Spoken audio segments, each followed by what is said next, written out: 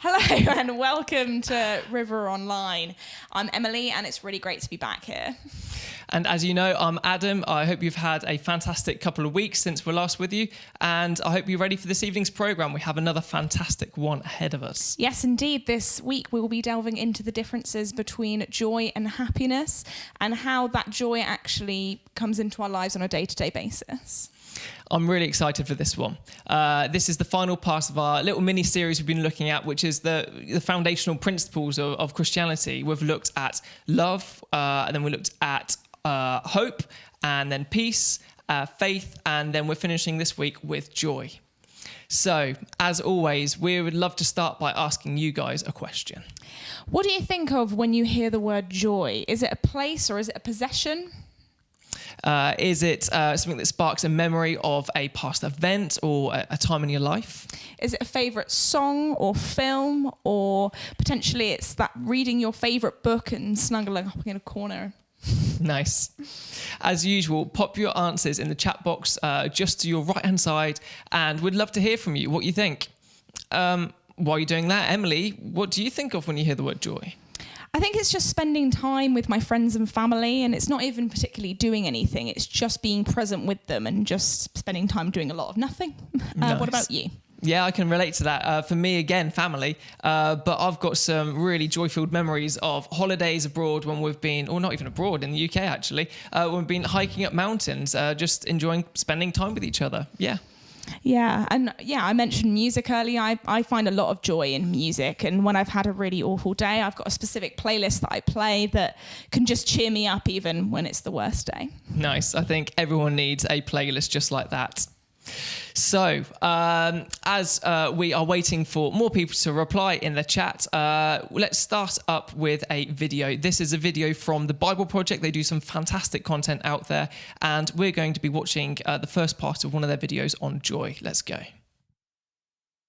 Being in a good mood is really great, and most languages have lots of words to describe the experience, like happy, cheerful, joyful, and so on. The same goes for the languages of the Bible. In ancient biblical Hebrew, there's a variety of words, like simcha, sason, or gil. In the Greek New Testament, there's kara, euphrosune, or agaliasis. Each word has its own unique nuance, but they all basically refer to the feeling of joy and happiness. Now, what makes these biblical joy words interesting is noticing the kinds of things that bring happiness, and also seeing how joy is a key theme that runs through the whole story of the Bible. Let's start with sources of joy. On page 1 of the Bible, God says that this world is very good. And so naturally, people find joy in beautiful and good things of life, like growing flocks or an abundant harvest on the hills. The poet of Psalm 104 says, a good bottle of wine is God's gift to bring joy to people's hearts. People find joy at a wedding or in their children. There's even a Hebrew proverb that compares the joy that perfume brings to your nose with the joy a good friend brings to your heart.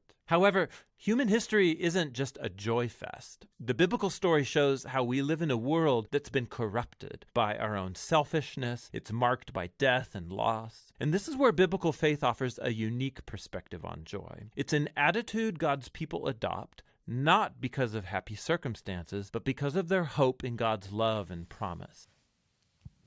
What do you think of that? Biblical faith offers a unique perspective on joy.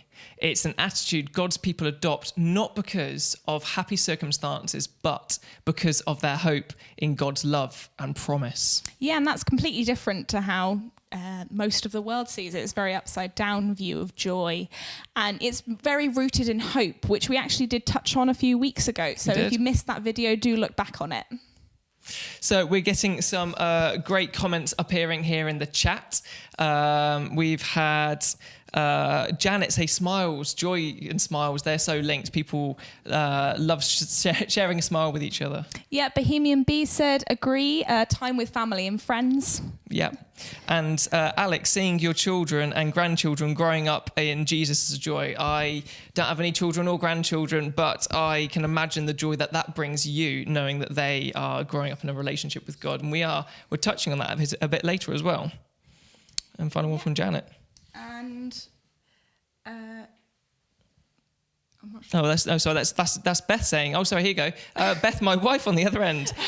I think joy is something that is steady. Happiness can come and go so quickly, but joy for me is more steady. Thank you for that, Beth. Wonderful. That's a great one. Yeah. So yeah, keep them coming in. Thank you very much for the ones so far.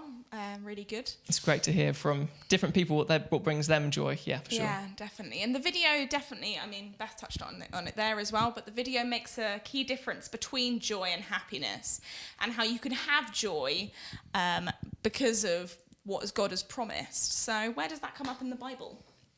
Yeah, so a few thousand years before Jesus, it's documented in some of the old writings and scriptures that there's this guy Moses who God raised up in leadership, into a position of leadership to help his fellow people, the Israelites. They were in a really sticky predicament. They had to escape Egypt. They were captives, they were slaves in Egypt, where they were being forced to work. Yeah, so it's the story from Prince of Egypt, which is a classic film if you haven't seen it. So this guy Pharaoh, who was the king in Egypt at that point, had, as he said, had them under slavery, and Moses was sent by God to save his people, and his people were the Israelites. And he said, "Let my people go." And over time, due to the power of God coming into his life, he did in fact let Moses' people go. Exactly. So he let his people go, and they managed to escape Egypt and flee into the desert. And that's a story in itself. But the first thing they did was they praised God. They worshipped him, even though they were in the middle of a desert and in a really vulnerable place, as you can imagine.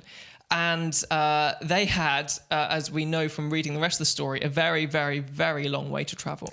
Yeah, I cannot believe that they travelled for 40 years. Spoilers. But they celebrated.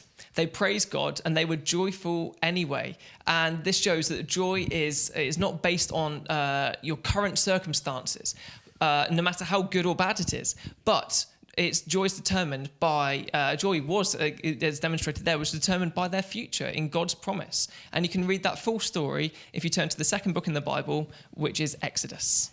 Yeah, it's a really great example, and it's really poignant to think about how these people that were refugees that have been thrown out of their land, that even though they were in these unexpected and difficult circumstances, they were still choosing joy and choosing to look towards God.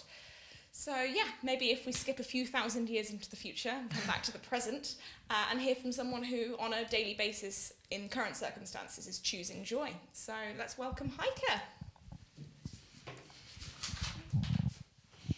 Thank you.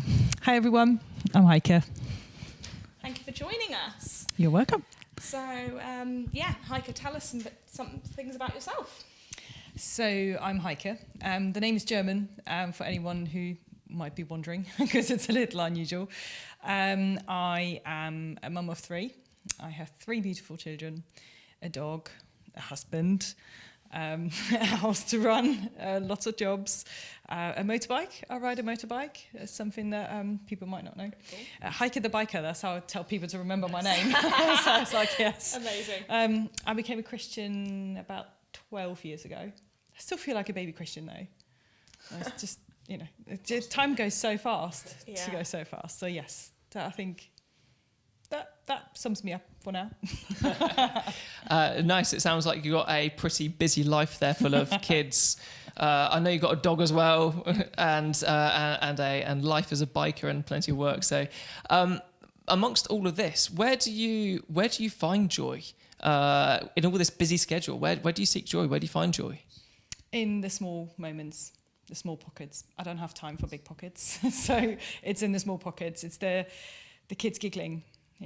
Oh, we've got kittens. I forgot about the kittens. We've got kittens as well. Oh, yes, we've got 2 kittens. They are totally crazy, but totally cute.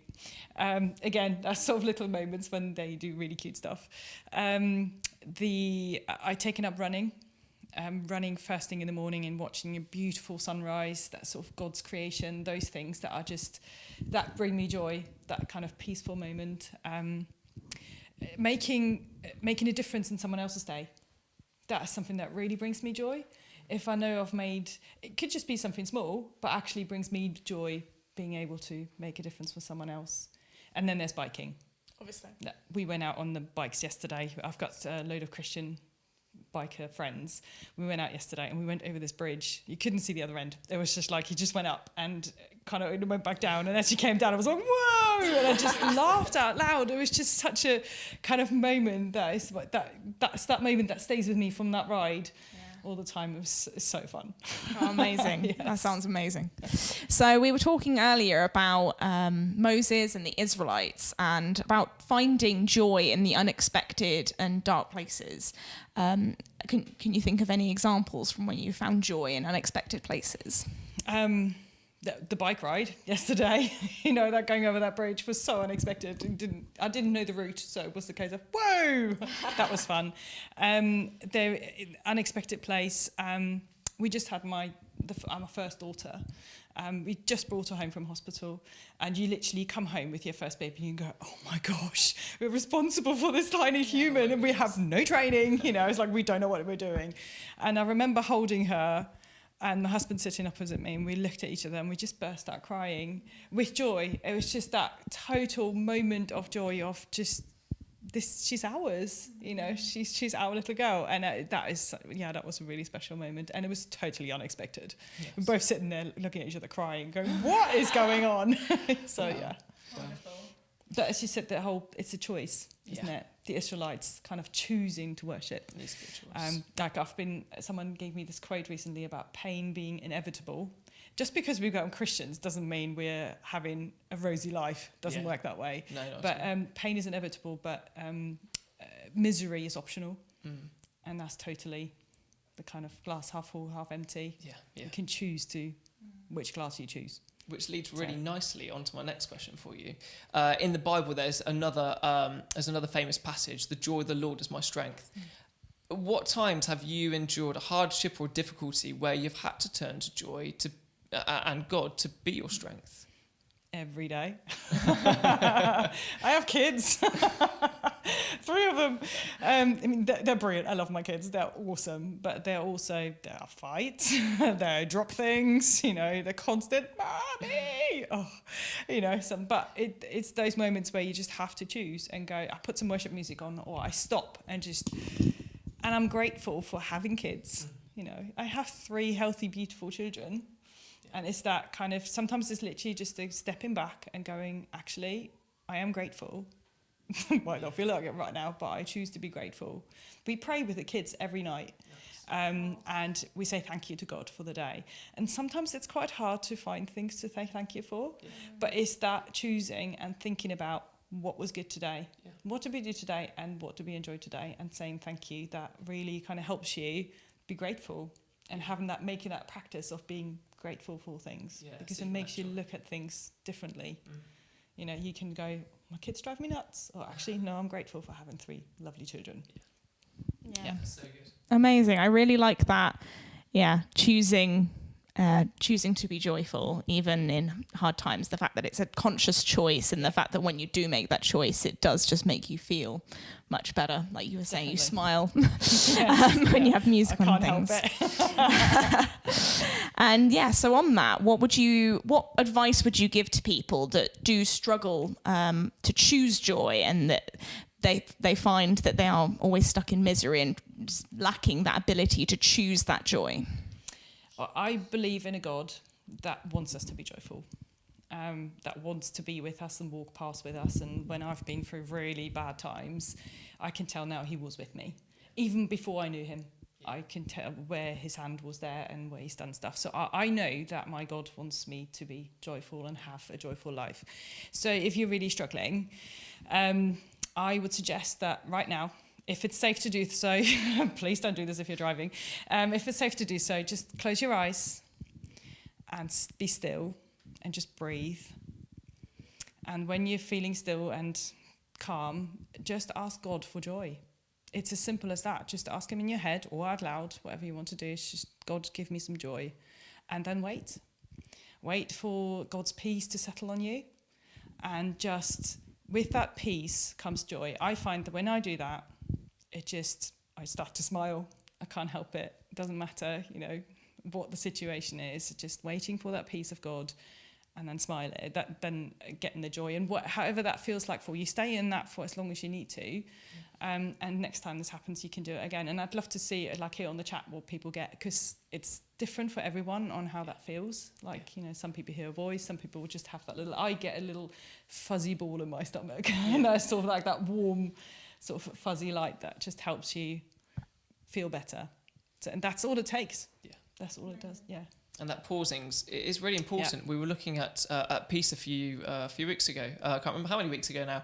And again, it's like finding that space when your mind's all fuzzy, it's confused, it's clouded by a rough day, screaming children, whatever's going on, unexpected news, and actually finding that peace and just taking a breath, like you say, recentering yourself, as anyone would do, but then being able to smile out the other side and be joyful for what you currently have, and allow God to provide you that joy. And we're going to be looking a bit more about that in a moment. But yeah, definitely. That's what I do. Stick some worship music on. That's a good one too. Yeah, I find that. Worship music. Yeah, it's definitely cheers me up. I have a playlist too. Yes. So, yes. Make playlists. Yes, playlists are good. Yes, well, thank you so much. It's been really amazing having you here with us today. And yeah, we're going to finish up with the Bible Project video, and we'll catch up with you after it. After his death and resurrection, Jesus commissioned his followers to go out and announce the good news that he was the risen King of the world. And as they did so, the early Christian communities were known for being full of joy, even when they were persecuted. Like when the Apostle Paul was sitting in a dirty Roman prison, he could say that he's chosen joy, even if he gets executed. He called this the joy of faith, or joy in the Lord. He believed it was the gift of God's Spirit, a sign that Jesus' presence is with you, inspiring hope in the midst of hardship. And when you believe that Jesus' love has overcome death itself, joy becomes reasonable in the darkest of circumstances. Now, this doesn't mean that you ignore or suppress your sorrow. That's not healthy or necessary. Paul often expressed his grief about missing loved ones or losing friends or his own freedom. He called it being full of sorrow and yet rejoicing. As he acknowledged his pain, he also made a choice to trust Jesus, that his loss wouldn't be the final word. This is very different from the trite advice to turn that frown upside down. Christian joy is a profound decision of faith and hope in the power of Jesus' own life and love. And that's what biblical joy is all about. So the chat has still been going whilst we were interviewing Heike. And again, thank you so much, Heike, for joining us here and being able to share some of your knowledge and your wisdom about joy. And we've had some great comments in the chat. Jonathan has said, choosing to be grateful is so important, and it is so true. Making that choice to be grateful makes you realize what you're being grateful for. If you're simply living the day by day, and moments go past and you don't recognize them, then you don't acknowledge what you're in, what God's provided for you, the happy moments, the sad moments, whatever they look like, but just acknowledging where you're at and being grateful for those joyful moments in time. Yeah, and B, who is my mum, has said, I like what Heike said about choosing joy in the small things. And I think that's so important because obviously, as touched on in the Bible Project video earlier, weddings and births and things are all very exciting. And wine. Very joyful. And wine. Joy is all foot. Wine is also joyful. But yeah, and those are really important occasions, and that it's important to have those and to find joy, but finding joy in the small things as well, and just in the everyday life is important, just to keep going and just to be happy when you are having a hard day. That what Heike said earlier about sometimes it is hard to reflect on a day and try and find a good part, but there is good parts, and going for walks and seeing nature and seeing the joyful things in creation are really important. And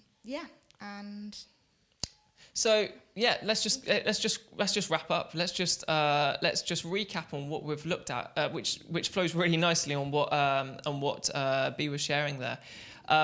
Joy comes from within, whereas happiness comes from the outside.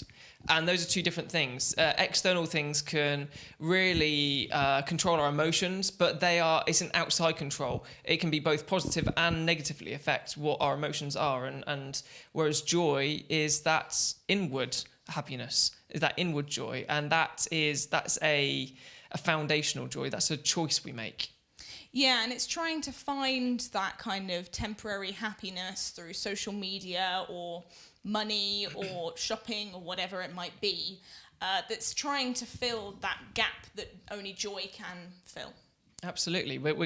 Yeah, it's so true. So in Matthew chapter 5, verse 12, which is one of the newer books in the Bible, it says, so leap for joy, since your heavenly reward is great, for you are being rejected in the same way that the prophets were before you. So these are people that are being rejected, and they're able to look back and see where the prophets, these great guys who lived way before them, were rejected, but found joy in what they were doing, and you're able to leap for joy in even recognizing that. Yeah, and in Philippians chapter 3, verse 1, Paul, who is a friend of Jesus, who is imprisoned and actually eventually executed for his faith, is recorded saying, my beloved ones, don't ever choose not to seek joy or fail to rejoice in the wonderful goodness of Lord Jesus. So thank you, Emily. Both of these verses are touching on joy being a choice. Similar to love and hope, which we looked at previously, being a choice we make in our life. You can choose to have joy. And that joy comes from the knowledge that there is a God out there who is seeking you, a God who wants a relationship with you.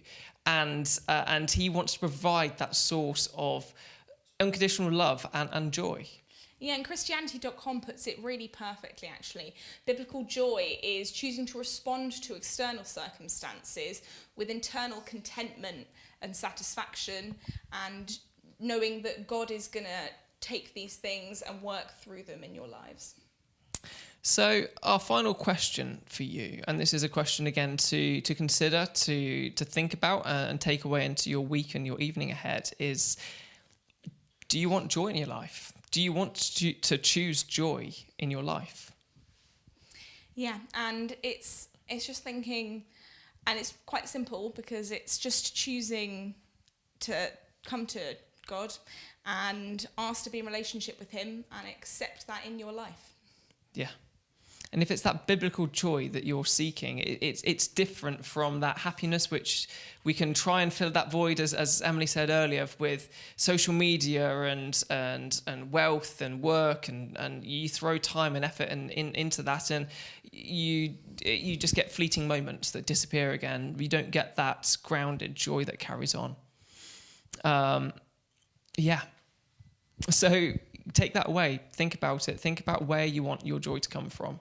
And if you are wanting that joy, then as Heike was sharing, sit back, take a deep breath and pause, and close your eyes and say to God, I'm looking for joy in my life. And that might be the first time you've said that. It might be a time that you're really struggling to find joy in your life, but it's taking a moment to consider what's going on.